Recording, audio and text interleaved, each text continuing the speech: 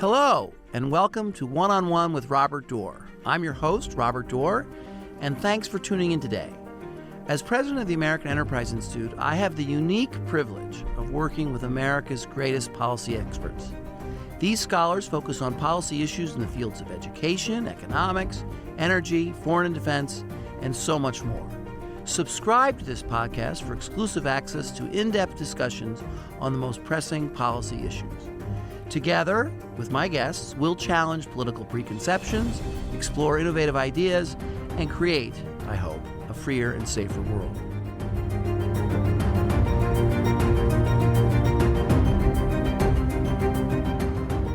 So this week's guest is Jonah Goldberg, and this is a real treat for me because, he has a wonderful podcast of his own, which he's had me on as a guest, which was, the high point of my career. And he's also an institution at AEI. He's someone who really is the holder of our institutional cultural values in a funny way. And he also has great humor, which I'm challenged with myself. So now I've got a guest who can be funny. We'll see how that goes. So, Jonah, I want to ask you first about when I first came to AEI, you were just starting the Dispatch. Uh-huh. I don't know how many years. It seems like 9 years, 8 years, 7 years, 10 years? 5. 5, okay. Well, 5 long years. 5 long years. Is it what you wanted it to be? And give us a little feedback on what's that about. Sure. First of all, it's an honor and a privilege to be here. Not only are you a handsome man, you're a powerful man. Yeah. For listeners who don't know, Steve Hayes and I co-founded the Dispatch. There was actually a third co-founder, our mutual friend Toby Stock, who used to be a vice president here at AEI. Toby was instrumental in helping us launch the thing, and then he realized that his real skill set was not in shaking down podcast advertisers and that kind of thing, and he wanted to stay in the world of raising money for causes he believed in. So he's still a close and dear friend of mine. But Steve and I started it for a bunch of different reasons. It's journalism, right? It's journalism. It's a media site. It's a online magazine, whatever labels we want to use. Steve Hayes, who was the editor-in-chief of the Weekly Standard, that was shuttered. That was blown out from underneath him. He tried really hard to save it. I had talked to him for almost a year trying to strategize about how to help him save it. It didn't work. I, on the other hand, was at National Review, where I had been for almost 20 years or more than 20 years. I was the founder of National Review Online, and I did not have my ship blown out from under me. I had to sort of burn my ship. I mean, I wouldn't say I burnt my relationships, but I had to leave on my own accord. And one of the reasons why I wanted to do it was I thought I needed a good midlife change. Another one was on the right, I saw so few people modeling the kind of behavior that I thought the right needed more of, and I think it kind of fell to. I felt like it fell to me to practice what I preach, and I also a lot of my heroes were people like Irving Kristol and William F. Buckley, and they were institution builders, and I had not done anything like that except for the creation of National Review Online, and so Steve and I were young enough to have the energy to do the thing, and we were old enough to have some credibility in trying. And so it's been a lot of work. We are not where we want it to get it, but it's been also massively successful so far. It's great. I mean, all of my kids are subscribers. My wife is a huge fan of yours. I follow it. It's a source of news. It's not tilted. It replaces the New York Times in a lot of ways, and which is deserved. It needed to be replaced as our daily feed. It's got a little pizzazz to it, a little humor, a little youth. Yeah. But I mean, looking back, when you say it's not where you want it to be? What do you mean? What's missing? We want to get to, 100,000, 200,000, 500,000 paid subscribers. Right. And we want it to be it's been very successful. The first 3 years we were essentially profitable. We were in the black, or cash flow positive is what you're supposed to say. Yeah. And so it's for-profit journalism. That's another thing to be clear about. Yeah, well, but one of the things that we wanted to demonstrate was that actually you could do journalism the right way without it being an entirely charitable philanthropic thing. And so we wanted to create an institution that trained up a new generation of young journalists. We wanted it to be successful. We're well on our way to all of that. We're hungrier than the meal we have in front of us, and we want to keep growing. We want to get to, we're not in it purely for a liquidity event. I got it. But we also want it to be successful. You want more subscribers, and we want more staff. We have about 30 people right now. We want to keep growing. There's a lot more we want to do and cover. And okay, now, but where does it fit? If I said to you, well, okay, that's very nice. Well, what do you call the dispatch ideologically, or what do you call the dispatch? Is it just straight, cold, just the facts journalism, or is it supposed to fit a certain niche? What's the culture of the dispatch? Sure. So part of the argument, and Steve and I did this in pitch decks 5,000 times when we were raising money, is that if you look at the ecosystem of American media, we can debate who's on the center left, how far left they are, but we would argue, Washington Post, the New York Times, they are good journalistic institutions. They are also lean left, right? Then you look at the right, and you can go a long way with the exception of maybe the editorial page of the Wall Street Journal, which does some reporting, but it's also not primary news. That's the news. It's not on the news side. A couple individual people at National Review, the 800-pound gorilla that is Fox, and then as you move right, there's basically no reporting or very little reporting. Right. The right is full of opinion journalism. It's a lot of opinion journalism. And doesn't have news journalism. Right. And so part of what we wanted to do was demonstrate that you could have a right-of-center news organization that took reporting the news seriously, ethically, correctly, fact-driven. So we have a pretty strong church-state thing about the opinion side versus the news side. But, it's weird. I mean, we are close to the same age. I mean, you wouldn't know it from looking at us. But you recall, he looks a lot younger than me. I talk a lot younger. No doubt about that. The New Republic that I grew up reading in the 80s, early 90s, the front of the section was a news section, right? I mean, it was reporting. And at the same time, the writers had a voice. And one of the things that made the New Republic so useful back then was that it was willing to call BS on its own side, right? You knew where they were coming from, but they also, they took arguments and ideas seriously. And we don't expressly say that we're the New Republic or anything like that, but that ethos, that trying to thread that needle of having a voice, of not apologizing for being center right, while at the same time not doing anything clickbaity, not doing anything dishonest, and caring a lot about facts and arguments and reporting is a big part of the mission. That's great. I never heard you relate it to that. And we are the same age, I guess, because I did grow up reading that old New Republic, and it was great. One of the qualities it had, which was a quality that someone I worked for a long time ago, Charlie Peters, used to say, which is that the other side sometimes has good ideas. Right. And our side sometimes has bad ideas. Right. And you got to be willing to say that every day. And I like that. That's exactly right. And on the opinion, I've long believed that opinion journalism, the best opinion journalism, is the best form of journalism. The long form argument in the New Yorker or the back of the book of the New Republic or a National Review, where a smart person, well equipped with the facts, says, I'm going to make you an argument. I'm going to make an argument for you. I'm going to say the other side is wrong, but I'm going to characterize their arguments fairly. Right? That's one of the great tests to see if someone's intellectually honest, is how accurately they can describe the other side's argument rather than go for the weakest link or the low-hanging fruit or some cheap, distortion. And I'm going to persuade you that I'm right. And that acknowledges your biases. I think the cult of objectivity in the mainstream media allows a lot of people to not do any of the introspection that a good journalist should do about knowing where their biases are. And the way I always liken it to is a court of law. We know the prosecutor is biased towards conviction. He should be, right? Otherwise, you shouldn't bring the case. And we know the defense attorney is biased towards acquittal. It's adversarial, but each side has to deal with the facts. They have to tell the truth because there are rules about that. And if they don't deal with the other side's best arguments, they're going to lose. And our colleague, Ramesh Ponnuru, who I was at National Review with for 20 years, he's now the editor of the magazine.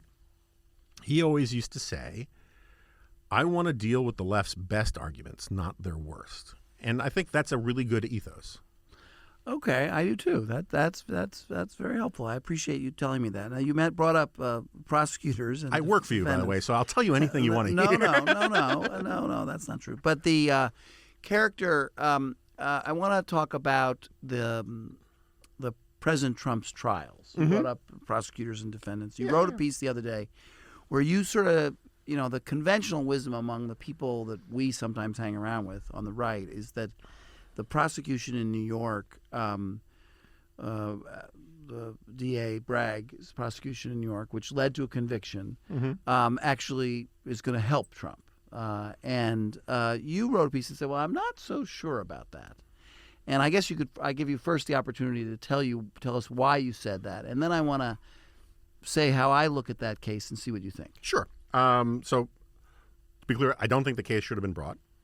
I also think Donald Trump is guilty of all the things, but whether or not they add up to a felony is another matter. Yes, that's exactly how I see it. The law is weak, but the facts are strong. Exactly. That's exactly how I see it. And that said, there is this weird obsession on parts of let's call it the MAGA right and adjacent parts of the right that seems to think that whenever Trump is treated quote unquote unfairly, it helps him. And I don't think there's a lot of evidence for that. I think what it helps galvanize the people who are already for him. It helps the right circle the wagons. After Mar-a-Lago was searched, you had Mike Huckabee say, well, now that this has happened, all his opponents in the GOP primaries should drop out and we should nominate him by acclamation. Well, okay, so you got Mike Huckabee to double down on you. Congrats. But the idea that the marginal voter, the swing voter, the person who's on the fence about Donald Trump is going to say, oh, he's now been convicted of a felony. Now I got to vote for him? I am less convinced by that. Moreover, I think the American voters, or the American public, largely got this right. There was a lot of polling, something like 60% of respondents said they thought the case was politically motivated and decided correctly. And I think that's right. And so you can adjudicate that stuff. But I think the thing that hurts him more than actually being called a felon, which I think is going to get priced in and forgotten in 145 days, the thing that hurts him is that it reminds people of just the general state of chaos and in unease that follows them around like that cloud around Pigpen in Peanuts. And that's not good for him. If the election is a referendum on Donald Trump, I think Trump loses. If the election is a referendum on Joe Biden, I think Biden loses. So, but it also revealed in the facts, first of all, the Trump defense strategy seemed to be not only challenge the law, but challenge the facts. Right. And they didn't really have much basis for that. And that undermined their credibility. It was clearly driven by the client, right. It looked like. And then the facts, multiple adulterer, paying off a porn star. It reminded us of things. I prefer a porn actress because I'm not convinced she's a star. But anyway, go on. But it reminded us of aspects of his character. And I'm going to take it a step further. The January 6th thing also, you might get into it, well, it was, it's hard to make him responsible for the riotous actions of people on the Hill. But you can say that his character was revealed there. Yeah. Maybe not that it was illegal or against the law, but it was wrong. Yeah. And the same thing on the documents where he at any given time, he could have said, yep, you're right, I've got these here, take them back, I'm going to stop lying to, which is what he was doing. He was lying and misleading law enforcement officers. Right. So all that character stuff does add up to a feeling among Americans that in a crucial or problematic time, maybe we want someone. Unfortunately, Biden's not the right alternative, but we want someone who has character. I think so. I mean, this has been, and I should say, the documents case, particularly the obstruction thing, that is by far the strongest argument. That is just like black letter law as far as I can tell. And I kind of wish that case had been put on fast track, from the beginning. But yes, I mean, I'm coming up on a decade now of having this argument with people where I have a blanket challenge. Come up with a defensible, objective definition of good character that Donald Trump can clear, right? And I got to remember, I started to get really involved in politics in a sort of active way, around the time of the Clinton stuff. I took the character thing seriously. I read James Q. Wilson on character, right? I listened to Daniel Patrick Moynihan talk about character. I listened to William Bennett talk about character. I actually think character matters. I don't think anybody who knows me thinks I'm like some super finger-wagging prude or anything like that. Yeah. But I come from the ancient and honorable tradition of American Jewry that says, try to be a mensch. Try to be a good person. And there is not a definition of character, certainly not one that any conservative subscribed to prior to 2015, that Donald Trump can clear. And people have tried. Roger Kimball used a lot of Greek and Latin trying to convince me of this, and it was all foggy BS. The simple fact is that he does not conform to a sense of right conduct in business, in his personal life, or in politics that you can set up as a standard that hasn't been bent to fit his personality. And I think there are a lot of Americans who see that. Whether there are enough that will be the decisive thing for the election, I don't know. All right. So now we turn to the current president. Yes. If only he were still alive. Yeah. Well, he is still alive, and he's running for president. And what about him in character? I think the family business is pretty sleazy. I think the Biden crime family is a little strong, boob baity, but I think he's a pretty typical backslapping, deal-making political creature. I think he's profoundly intellectually insecure. I think he's characterologically insecure. He's a bit of a bully, and there's stories about this going way back. And in that way, I think there's some similarities with Trump, because I think Trump is actually a very insecure person, too. I think he is much more of an intellectual lightweight than he would like to believe, hence the insecurity thing. And I think part of his problem, so like PJ, our late friend PJ O'Rourke, he said in 2016 about Hillary versus Trump, they're both unacceptable, but Hillary is unacceptable within normal parameters, and Trump is outside of normal parameters. I think that's an okay way to think about it. I'm not going to vote for either of these people. Yeah. I don't think Biden, just by dint of his age and his stamina, let's put it that way, his acuity, whatever, I just don't think he's fit for the job. And I think one of the problems that he's finding himself in is that his vacillating, unsteady form of political leadership is actually exacerbating the impression that he's too old, that he's not up to the job. Because I think a lot of the policy stuff that we're seeing, that people like Danny Pletka is losing her mind over, or that I'm losing my mind over, that's authentic Joe Biden going back 40 years. It is not because he's old. I mean, I have this standard joke that I always tell in speeches about how there's not an insignificant amount of data going back in the historical record that at any time for the last 40 years, at any given moment, Joe Biden might just say something like, "Get these squirrels off of me." He says weird things. He's always said weird things. Yeah. And he was never a centrist. He was always a centrist within the polls of the Democratic Party. And so, like, when we say centrist, we harken back, I don't know, to John Breaux or Sam Nunn, those kinds of guys. Mm-hmm. Maybe these days, Joe Manchin. He was always triangulating between the left wing of the party and the right wing of the party. Now that the right wing of the party has disappeared, the center of gravity of the party has moved left, and he's moved with it. And the appearance of him just sort of kowtowing, vacillating, hedging, backsliding because he's responding to the pressures from the base, I think, on a subliminal kind of way, is sending the signal that he's not strong enough for the job, which undermines this other impression. Okay, so now let's turn from the two candidates for president to sort of the sort of lay of the land and the sort of changing of the parties. Mm-hmm. and changing of the way people characterize their positions. So you asked me the other day, what did I think had happened to the meaning of the word conservative? I want to ask you, how do you characterize yourself? It really depends who I'm talking to at this point. I will often say I am a pretty mainstream conservative circa 2014, or I might say I'm a Reaganite. I'm a Reagan conservative. I'll often say, again, depending on who I'm talking to, I'm classically liberal. It confuses a lot of people. Yes. Sometimes I'll just say center right.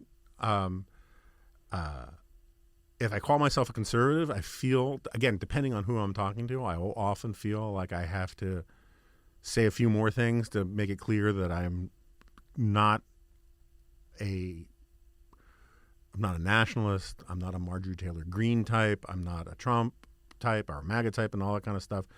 But the problem is that, words only mean what the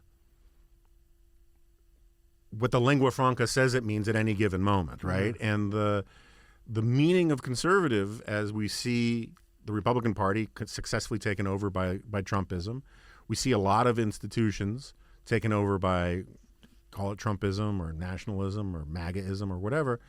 They get to say, they call themselves conservatives, and it becomes complicated saying you're a conservative. But so we've talked about character, and that's character, but let's talk about a substantive issue. Which is the issue that characterized nationalism or the MAGA wing of the party that is most problematic for the Reagan conservative that you are?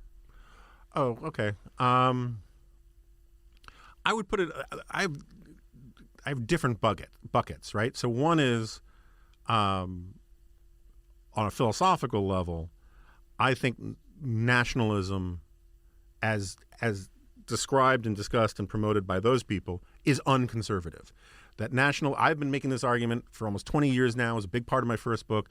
That as a historical concept, nationalism and socialism are basically the same thing. When we nationalize an industry, we socialize it. Socialized medicine is nationalized healthcare. You can read the speeches of Fidel Castro, and you can replace the word socialist with nationalist and nationalist with socialist, and the meanings of the sentences do not change.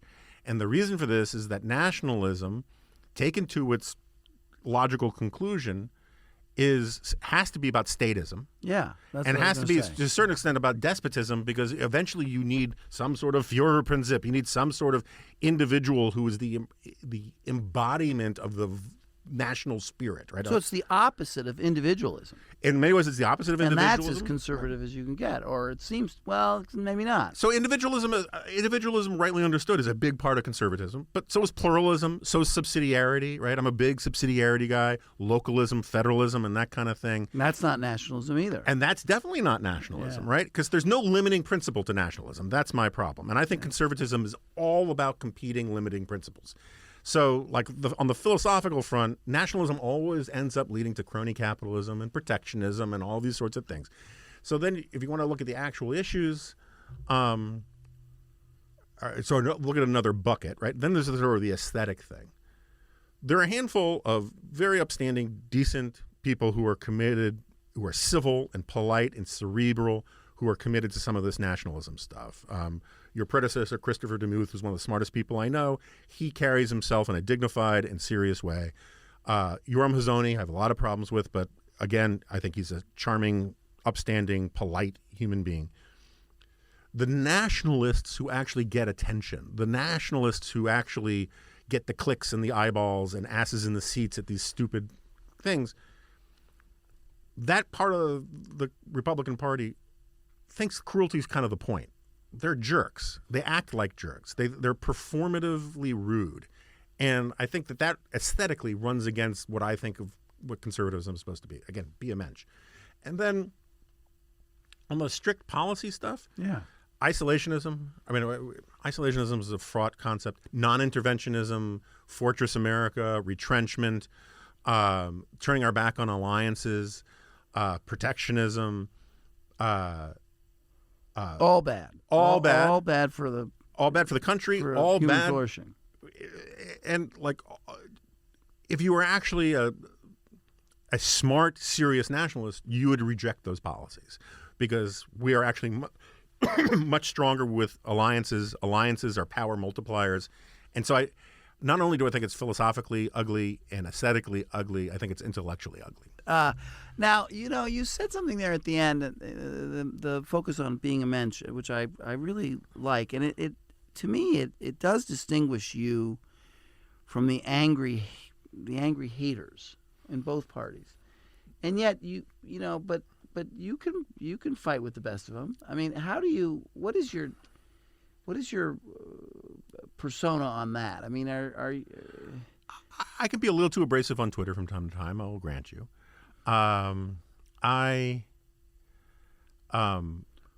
Well, didn't you write a book called "The Death of the West" or something like that? Suicide of the West. Suicide of the West. Yeah. So that had a kind of apocryphal, not a apocalyptic.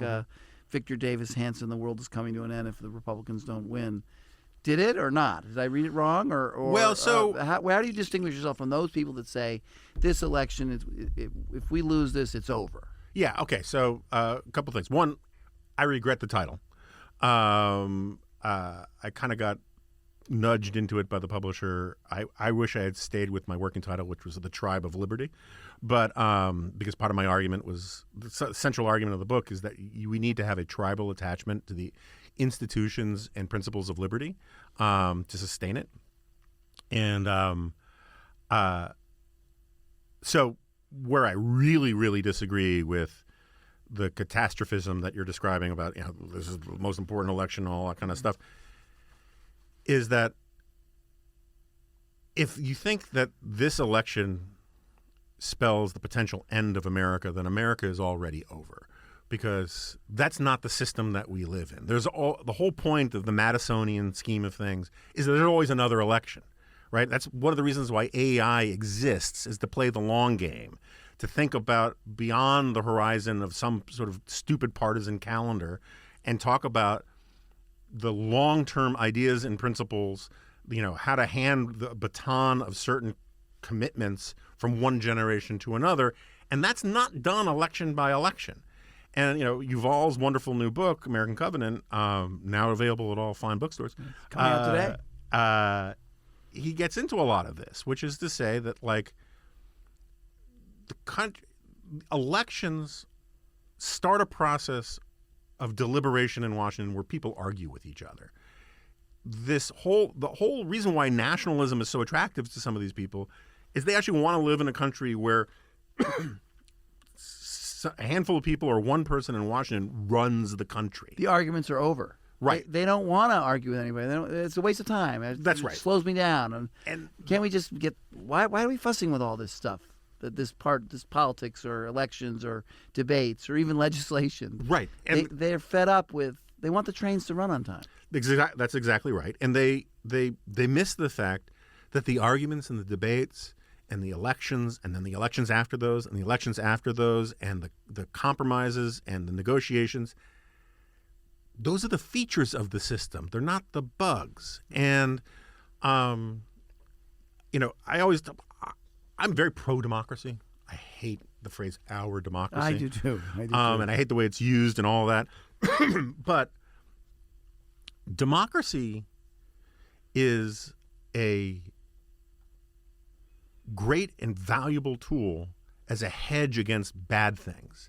It is no guarantor of good things, right? I kind of look at it in a similar way that, there's a reason why Jews and other groups want their kids to be doctors and lawyers. It's not because or get, college degrees. It's not because they want their kids to be rich. It's because they don't want them to be poor, right? It's a hedge against poverty. It's not a guarantee of wealth. Similarly, democracy is not a guarantee of living in perfect harmony at the sunny uplands of history and where everything, the Volksgemeinschaft is full expression for some utopian blah, blah, blah, blah. It's to say we get to fire people who screw up. Yeah. And that's why it's crucially important. And that's why, whenever you hear the phrase, oh, it's a one-party democracy or whatever, there's no such thing. Yeah. Democracy depends on competition. If you don't, it's like saying we have the best baseball team in the world, but it doesn't play against anybody. The only way you know if a team is good is if it plays against somebody else. And that's why the states that are controlled by one party in the United States, like whether it's New York that we know well, or California, it produces bad outcomes just because you can't fire the team. The sort of demosclerosis, the corruption, the self-dealing, the cronyism builds up. And so if I had my druthers about a magic wand thing, I would say any place in the country where one party has held power for more than 3 consecutive elections, vote for the other party just to fire people. Yeah, okay. I agree with that. So now, last question, and this has to do with sort of how do you do it? Mm-hmm. I've got 2 parts to this question. You're enormously productive. You have podcasts, you have the Dispatch, you write books. How do you get all this done? That's the first one. And then but the more important one is, what vehicle for communicating to America do you think is the most effective, since you do quite a lot of it? Oh, gosh. All right, so the first part of the answer is easier than the second, or the first question is easier than the second.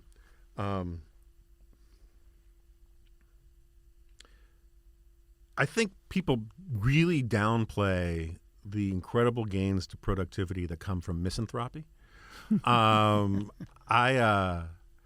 funny, before COVID, people thought I was sort of socially maladjusted because I would sit in my car smoking a cigar or on the roof, which I have a camping chair that I've written in black Sharpie, Cliff the Asness Chair and Applied Liberty. Yes.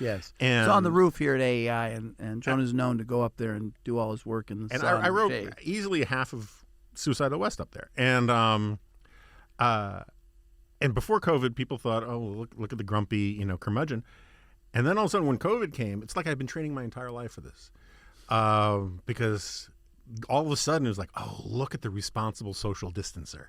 So wait, are you saying that you're basically kind of a loner and you just like to go get in a room and write and think and talk on your own? No. You're not that social? What are you saying? I don't quite get what you're saying. Because I am social. I am sociable. I'm not super social. The cocktail scene is not my thing. Cocktails are my thing. Just the cocktail scene is not my thing. And and one of the things when we were launching the Dispatch that Toby and a prominent economist guy I won't name, they had a conversation about it, and they said, well, one of the things you got to do is make sure that you give Jonah the space to do what he does. Like this, Jonah is not the guy to be like talking to the lawyers and doing the invoicing, right? Yeah. And so where's my comparative advantage? And so I invoke this rule quite often at the Dispatch. I stay out of the chain of command of day-to-day management. I tell people I don't do a lot of management. I manage Steve. And Steve is the day-to-day guy. And so I spend a big part of my time just reading and writing and talking. And I don't go to a lot of lunches. I don't go to a lot of dinners. I don't go to a lot of parties. And you just pound it out. It's a muscle memory thing. And this is an important lesson important point I make to young people who want to do what I do. Mm-hmm. Stick-to-itiveness is the missing ingredient. Everyone goes, this person is such a great writer, or this person is so brilliant, or whatever, or they're so good at reporting, whatever. The people, my peers, I came of age, sort of Byron York is maybe a few years older than me. Rich Lowry's about my age. Ramesh is about my age. We know these people because there's a winner's bias to it. We're the ones who stuck around. But in every year of my career, there have been a handful of young people who were a flash in the pan. And then they drop. Really successful. And it's not like it's a shame. It's just like it turns out that doing this day in and day out for decades is not everybody's cup of tea. And for me, it's like, I would like at one point when I have enough FU money to write science fiction novels. But until then, this is sort of where my muscle memory is. So you've got Tal Fortang, my former RA. He's published. He sent me 2 things in the Dispatch. There's a star. Get him to keep at it. Yeah, he'll be very helpful. Jack Butler, he could have the staying power. He could indeed. He's great. My former RA here. Yes. He's now the articles or submissions editor at National Review. My point is not that it's just that sometimes people fall out of love with things, right? Yeah, Or they yeah. realize, like I had really enjoyed being a television producer in the late 1990s. And then when my learning curve kind of leveled off and I realized, when your learning curve levels off, you actually can see on the distance a straight line projection. And I was like, I don't want to do this for the rest of my life. And I like writing. And so, Okay, so what vehicle gets your views heard and seen and talked about and responded to best? What is your most effective tool of communication? well, the reason why this is difficult for me, is that I'm sure the most people hear what I have to say when I do TV, right? Sunday Show or CNN or whatever, before that, Fox. But that's not a very good way to get your, or maybe it is. I don't know. I hate doing TV. I really hate it. I shouldn't say that. It's part of the job. Yeah. But I don't love it. I'm past the part of my life where it was Gives really you any awesome. thrill at all. Well, you used to, you used to be like really impressive to chicks, but like I've been married for over 20 years now, so like that's and it definitely doesn't impress my wife. And I'll say, look, the syndicated column business is dying on the vine and has gone for a long time. I don't know. I don't know how many. I guess I have almost 400,000, something like that, Twitter followers. I don't really care about that. The writing I like doing most is the newsletter I do for the Dispatch, is the G file. That's the thing that you feel gets the most response or is the most thoughtful. Or yeah, but the reason why I'm so hesitant here is that you want to know. You ask what is the most effective, right? Yeah. Or what has the biggest reach.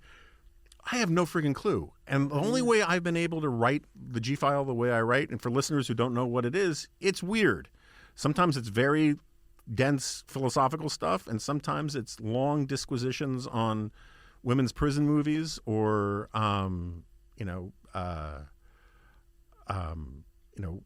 the recent problems with Jeffrey Toobin and what I call the Toobin missile crisis. It's weird. I write what I want to write. I have fun with it, and I write it for myself. And it sometimes really freaks me out when I find out that people actually read it. It's very similar to The Remnant. When I meet people in real life, because one of the lies I've told myself, I know it's a lie, but I write it as if I'm putting a message in a bottle and throwing it out into the ocean. And you're always kind of freaked out when you're someplace completely different from where you threw it, and someone says, "Hey, did you write this?" And so it's. But the podcast is also part of this. The podcast is part of it. You feel that gets attention. The podcast is a good vehicle for political commentary and discussion. In terms of quality, yes. I think podcasting is probably the best vehicle out there right now. Because, first of all, video is not, right? Video, first of all, is bossy. It's very hard to walk through an airport watching a video. Podcasting, you can listen, audio, you can listen to it, but it also gives room for a long-form argument or a long-form discussion. I prefer writing, but I think there's a real role for the podcasting thing. And did you ever think for a moment maybe you could be the next Rush? Why didn't you do radio? Did you do radio? Were you a radio? I never. Did you ever consider that? I guest hosted for Bill Bennett a couple times. Part of the problem with radio is the format is such that it's basically TV without visuals, because it's every 6 to 8 minutes. You break for commercial or whatever it is. You're constantly changing topics. I have zero interest in that stuff. I would rather do. I just did a solo Remnant where I talked for 55 minutes about the history of neoconservatism, and people who don't want to hear about it can stop listening, right? Yeah. And but like I'm a huge addict for the Rest Is History podcast. Yes, and I love it. And that's a superstar. And I get an enormous amount out of it, and TV doesn't allow for that. And neither does radio. And neither does radio. Okay. Some really good NPR shows are essentially podcasts, but for the most part, radio is certainly not commercial radio. You said something nice about NPR? Oh, I have very mixed views about it. Look, for the last 5 years, I've been kind of the house goy at NPR. Okay. But well, that was a snarky remark by me. I'm sorry. No, but I have the sort of classic conservatives resentment at NPR. Yeah, so look, I agree with that insofar as maybe it's because I grew up on the Upper West Side of Manhattan. I just had this conversation with Starwalt and Eliana on their podcast about media stuff. I I don't get that angry about liberal media bias. The thing that makes me mad about liberal media bias is when people deny it. Like, just own it, right? It's the dishonesty of it. And NPR doesn't like to admit it, and that drives me crazy. Whenever they do that, I'll give Steve Inskeep or one of those guys a hard time. But, like, it's fine if, as a consumer, having, like, I mean, I just told the story to those guys, but, like, top 5 hobby of my father was complaining about the New York Times. It gave his life, it enriched his life in many ways.